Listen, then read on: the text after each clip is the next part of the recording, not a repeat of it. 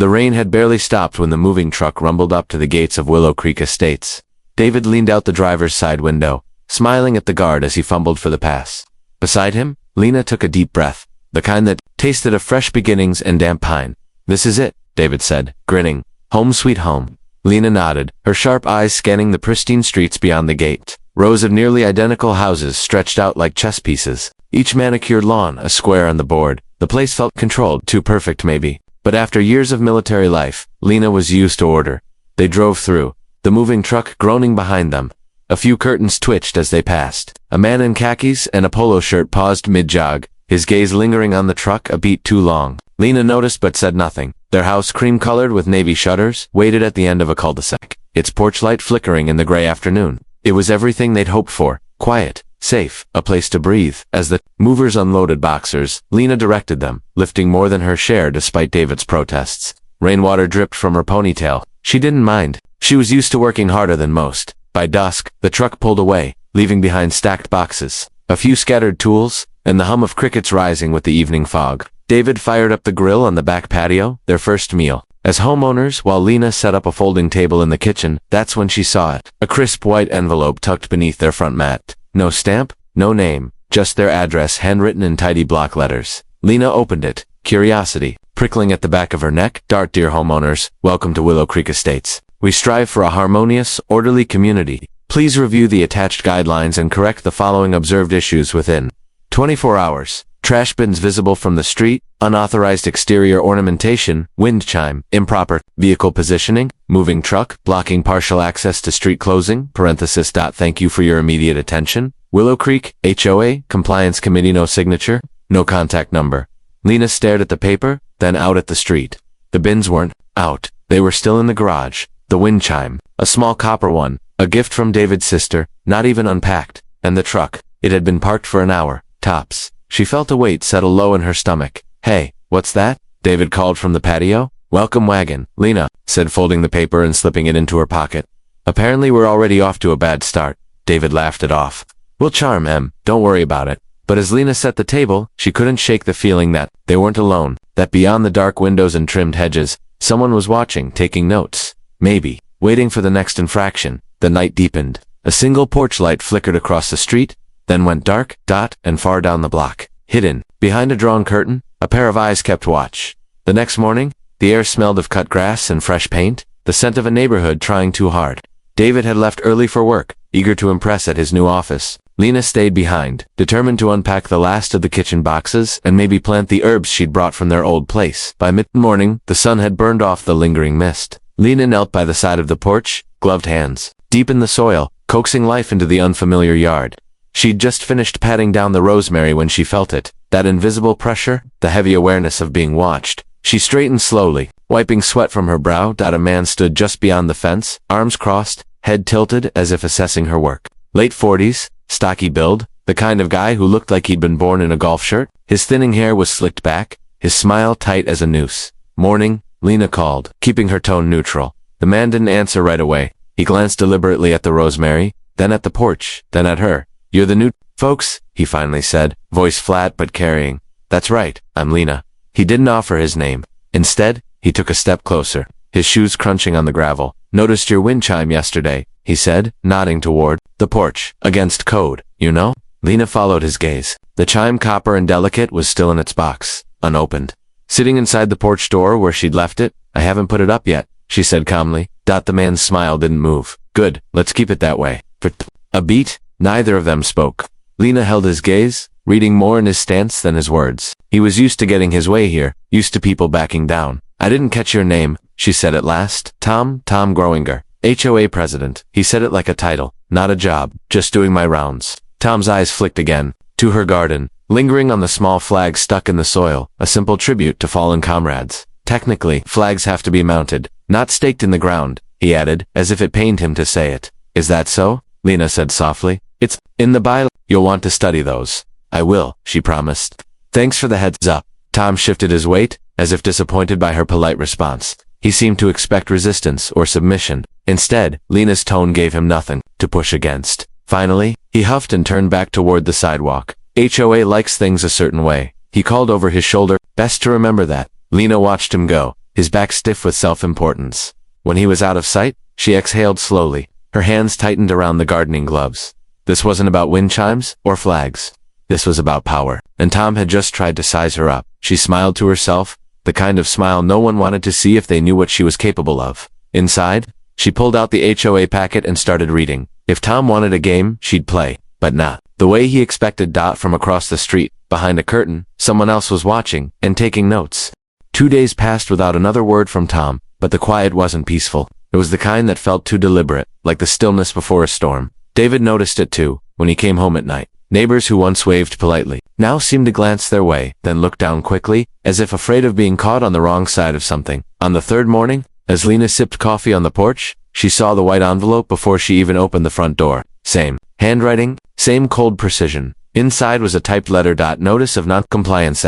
Following issues remain unresolved despite prior warning. Unauthorized ground flag display. Exterior ornamentation in view of street. Visible trash receptacles. Photograph attached. Immediate correction required. Failure to comply may result in fines, legal action, or other remedies as permitted by the HOA charter. A grainy photo was stapled to the letter. Their side yard, where a single bin had been left out for less than an hour the day before. After, the garbage truck came late. Lena folded the letter with slow precision. She wasn't angry. She was focused. David came out, rubbing sleep from his eyes. Another love letter from the HOA looks that way. Should we just take down the flag? If it keeps the peace?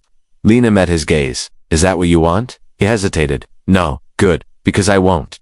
That night, David worked late again. Lena spent the evening reviewing the HOA charter, line by line, highlighting inconsistencies, noting where Tom's complaints didn't match the written rules. By the time she finished, she had a neat folder of documentation and a plan forming in her mind. At midnight, the house was quiet except for the soft hum of the fridge and the ticking of the old wall clock. Lena was just about to head to bed. When she heard it, soft, deliberate footsteps outside, she moved silently, every instinct on alert. From the darkened living room, she peered through the curtains. A figure stood at the edge of the yard, heavy-set, arms crossed unmistakably. Tom? The porch light was off, but the moon was bright enough to catch the gleam of his watch as he checked the time. And then she saw him lift something, a small camera, snapping photos of their yard, their porch, their windows. Lena watched without moving, breath steady. He was documenting, building a case. Or so he thought. Then he did something unexpected. He stepped off the sidewalk and onto their property, moving deliberately toward the side yard. Lena slipped out the back door, barefoot, silent. By the time she rounded the corner, Tom had disappeared into the night. But in the morning, muddy boot prints marred the porch, tracking across the welcome mat like a challenge. David was furious. We're calling the cops. This is trespassing. Not yet, Lena said quietly. We're not ready. Lena, she put a hand on his arm. Trust me, we catch him the right way, and we stop this for good.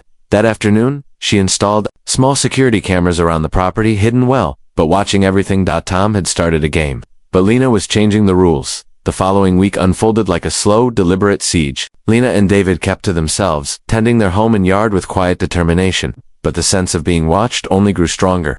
Every time Lena stepped outside to water the rosemary to collect the mail, she felt it unseen. Eyes measuring, judging, waiting for a misstep. The letters kept coming. Daily. Now. Each one colder, more severe. Fines were listed. Threats of liens against the house appeared, couched in legal jargon but crystal clear in intent. It was no longer about a wind chime or a trash bin. It was about breaking them down, forcing them out. David wanted to fight back. Lena told him, not yet. One bright morning, the trap Tom had been setting became all too real. David had been called into an early meeting. Lena was alone, finishing her coffee on the porch, when she heard the voices. Over here, you see it. Fence lines off code by at least 2 inches. Got it? I'm measuring now. Lena rose, her pulse steady, and walked to the side of the house. There they were, Tom and Cheryl, both dressed in crisp polo shirts, clipboards in hand, like this was a job site. Tom held a tape measure stretched along the fence. Cheryl snapped photos with her phone. Morning, Lena said, voice calm but firm. Neither of them looked startled. In fact, Tom smiled, that same tight, smug smile she was coming to know well. Double quotes, Mrs. Carter, he said, as if greeting a troublesome student. Routine inspection, HOA authority. You don't mind, do you? Lena crossed her arms. Actually, I do. This is private property. You're trespassing. HOA charter gives us inspection rights, Tom said smoothly. That's not what it says. Tom's smile thinned. Best not to make this harder than it has to be. Cheryl cleared her throat. We're just doing our duty. We wouldn't be here if you'd been more cooperative. Lena took a slow step forward. Here's what's going to happen. You're both going to leave my property. Now if you don't, I'll call law enforcement and file a formal complaint with the HOA regional office. And I have every second of this documented on security cameras. Tom's mask slipped for just a moment, a flash of frustration in his eyes. But he recovered quickly, lowering the tape measure with exaggerated care. No need for threats, he said. We're reasonable people, right, Cheryl? Cheryl hesitated, looking at Lena, really looking for the first time. Something in Lena's stance, in the quiet authority of her voice, unsettled her. She tugged Tom's sleeve. Let's go. Tom hesitated. Then he nodded, the smile returning, brittle as glass. Of course, we'll make note of your ... position. As they walked off the property, Tom paused at the edge of the yard. Remember, Mrs. Carter? He called, loud enough for the neighbors to hear. We like order here. People who don't respect that, they don't last long. Lena didn't reply. She watched them go, eyes cool, unflinching. Once inside, she checked the camera feeds. Clear images, crystal audio, more pieces for the file she was building, the one that would, when the time was right, bring everything crashing down. Tom had tried to rattle her, tried to assert control, but Lena had seen men like him before, and she knew exactly how to dismantle them. Days turned into a tense blur of small provocations. Lena kept the security footage organized in neat folders on a drive, every trespass, every false claim documented. But Tom wasn't backing off. If anything, his tactics became bolder. It began with anonymous complaints sent to the city, noise violations that never happened, claims of an unpermitted shed that didn't exist, even an accusation that Lena's dog was aggressive. The last one stung most, since they didn't even have a dog. David was furious. He wanted to confront Tom directly, but Lena stopped him every time. That's what he wants, she warned. He wants us to lose control. Then came the night of the break dash. It was just past midnight when Lena woke to the sound of glass shattering. She was on her feet in seconds, instincts sharp, mind focused.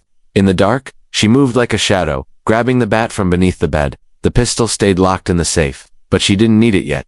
The sound had come from the garage. Heart steady, breath controlled. Lena eased the door open and slipped inside. The motion sensor light flicked on. A figure froze by the workbench. Tall, broad-shouldered, wearing dark clothes and a ball cap pulled low. He'd smashed the side window to get in, glass crunching beneath his boots. Lena's voice was ice. You picked the wrong house. The man turned, startled, and for a split second, their eyes met. He wasn't Tom, she was sure of that, but there was no time to ask questions. He lunged toward the door, trying to escape, but Lena was faster. A sweep of the bat sent him stumbling back. He crashed into the shelves, tools clattering to the floor. She didn't chase him when he bolted through the broken window. She didn't need to. The cameras had caught everything. His face, his clothes, his car parked down the street. By the time the police arrived, Lena had already copied the footage onto a flash drive and handed it over. David came home as dawn broke, face pale when he saw the mess. They're trying to scare us off, he said quietly. They're trying. Lena agreed. Later that morning, while David cleaned up the glass, Lena went to the HOA office, a small building near the community center. She walked in, calm and deliberate, and placed a thick envelope on the front desk. Please see that Tom Grunger gets this, she said. Inside was a letter, formal, precise, listing the documented instances of harassment, trespass, and illegal entry. A copy was sent to the regional HOA board, and another to the local authorities. Lena wasn't just playing defense anymore. She was setting her pieces on the board. That evening, as the sun dipped low and shadows lengthened across Willow Creek, Tom stood at the edge of their yard again. But this time, he didn't step onto their property. He just watched. Silent. Lena watched back, unflinching. She could feel the shift. The moment when the predator realized his prey wasn't what he thought, the game was far from over. But now, Lena was the one controlling it. For the first time in weeks, the air felt different, still tense. Yes, but the balance was shifting. Tom wasn't strutting down the street like a man certain of victory anymore. He lingered at a distance, watching the house like it might spring to life and bite him. Lena noticed the subtle changes. Fewer letters appeared on the doorstep. The threats, once daily, slowed to a trickle. The break-in had backfired. Instead of driving them out, it had drawn attention the wrong kind for Tom. But Lena knew better than to think it was over. Men like him didn't surrender. They regrouped, recalculated, so she prepared. Every morning, after David left for work, Lena walked the perimeter of their property. She checked the cameras, the locks, the fence line. She wasn't afraid, not really, but she wasn't about to be caught off guard again. Then, one afternoon, the call came. It was a neighbor, soft-spoken and hesitant. Mrs. Carter, I thought you should know. Tom's been going door to door, asking folks to sign some kind of petition about your house. Says you're violating community standards, lowering property values.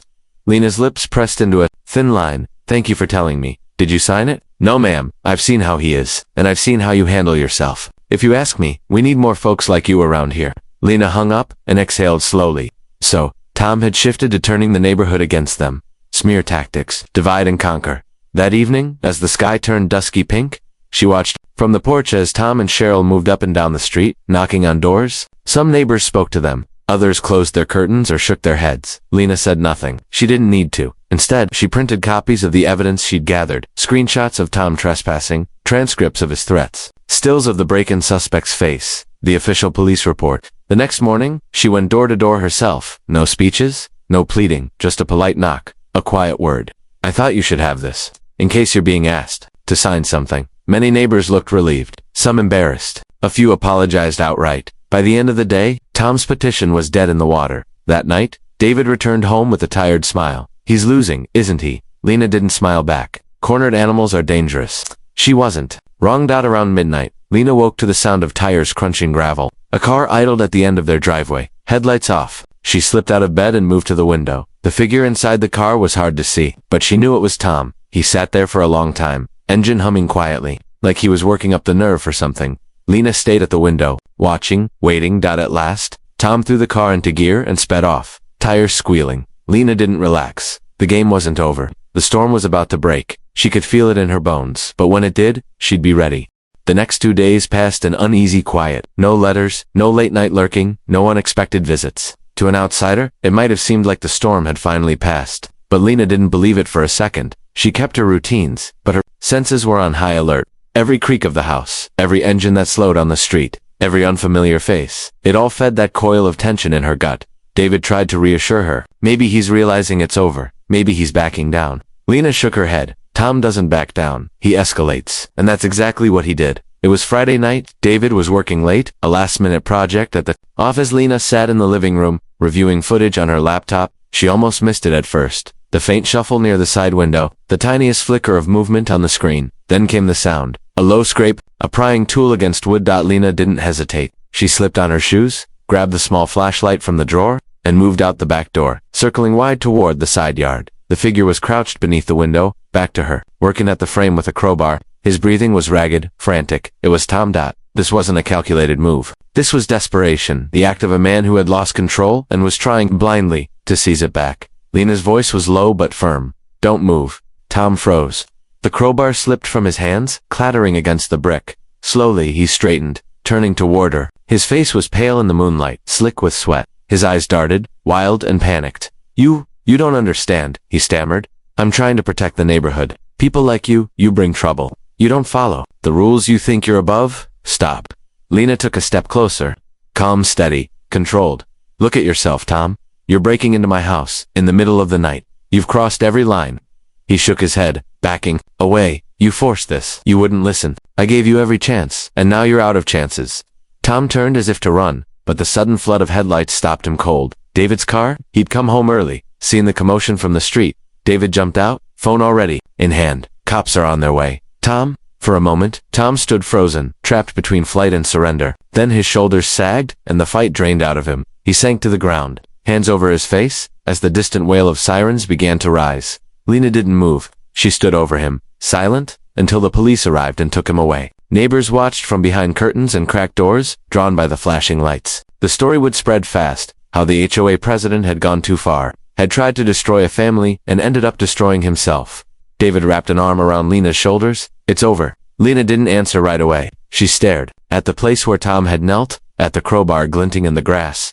Finally, she spoke. Almost the next morning, the neighborhood felt different. The usual routines, dog walkers, joggers, sprinklers hissing across green lawns, unfolded under a heavy, watchful silence.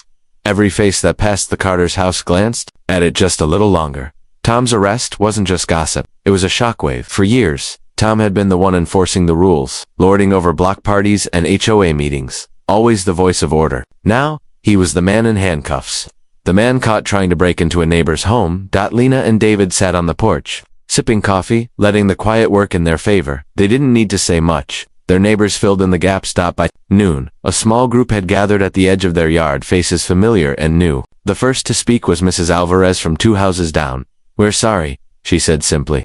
Most of us never agreed with what Tom was doing. We didn't realize how far it had gone. Another neighbor added, "If you ever need help, you've got friends here." Lena gave a small nod. "Thank you." The HOA board met that weekend in an emergency session. Tom was officially removed as president. His petition against Lena and David was discarded, the fines voided, and a new interim president was appointed, a quiet, level-headed woman named Priya Patel, who promised to restore decency and fairness. But Lena knew the surface didn't always reflect what lay beneath. She kept her documentation, every file, every image, every recording, just in case. 2 weeks later, Tom's house went up for sale. His family moved out under the cover of night, avoiding curious eyes. Rumors swirled about legal troubles, about lawsuits, about a man who'd let pride ruin him. And then, just as the neighborhood began to settle, the twist came.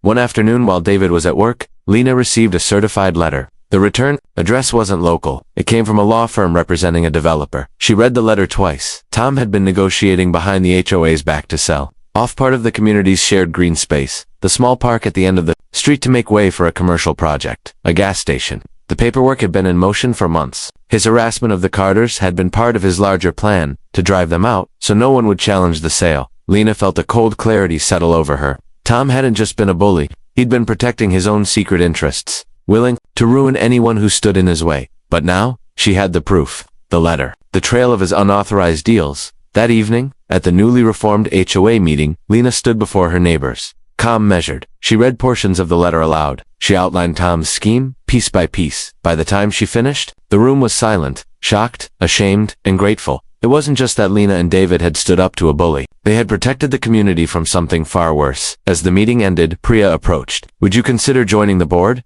We could use someone like you." Lena gave a small smile. "I'll think about it." Later that night, as she and David sat on the porch under the stars, he asked, "Do you think it's really over?" Lena looked out at the quiet street, at the houses lined up in neat rows. "For now," she said, "but if it's not, we'll be ready." And this time, everyone would be watching.